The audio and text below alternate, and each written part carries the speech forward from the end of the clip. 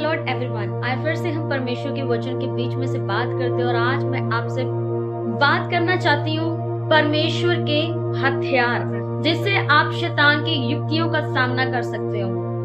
Bible में ऐसा लिखा है, इफिसियों 6:11 में लिखा है कि परमेश्वर के सारे हथियार बांध लो ताकि तुम शैतान की युक्तियों के सामने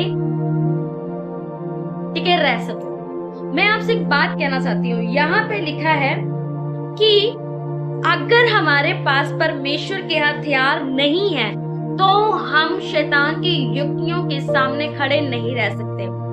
शैतान की युक्तियां, मैं आपसे एक बात कहना चाहती हूँ, शैतान युक्तियों को अपनाएगा, वो प्लानिंग्स करेगा, वो प्लॉटिंग करेगा, पर परमेश्वर के हथियार जो है अगर आपके पास नहीं है तो आप शैतान की युक्तियों के सामने कैसे टिके रह सकते हो। वो एक युक्ति के साथ नहीं आएगा, वो विचार के साथ आ सकता है, वो आपके माइंड पर अटैक कर सकता है, वो लोगों के द्वारा आपके जीवन में अटैक कर सकता है, वो विचार के द्वारा आपके जीवन में अटैक कर सकता है, वो आपकी फैमिली के द्वारा आपके जीवन में अटैक कर सकता है।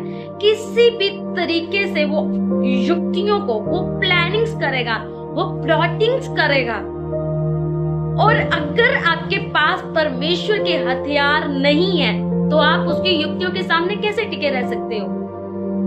परमेश्वर के हथियार कौन से हैं?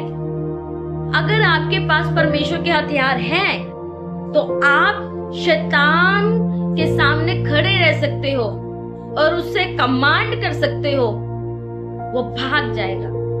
बाइबल में ऐसा लिखा है कि तुम शैतान का सामना करो, वो तुम्हारे सामने से भाग जाएगा। पर भागेगा कैसे? जब आपके पास हथियार होंगे। जब एक सैनिक युद्ध में जाता है, अगर उसके पास हथियार ही नहीं है तो वो युद्ध कैसे लड़ेगा?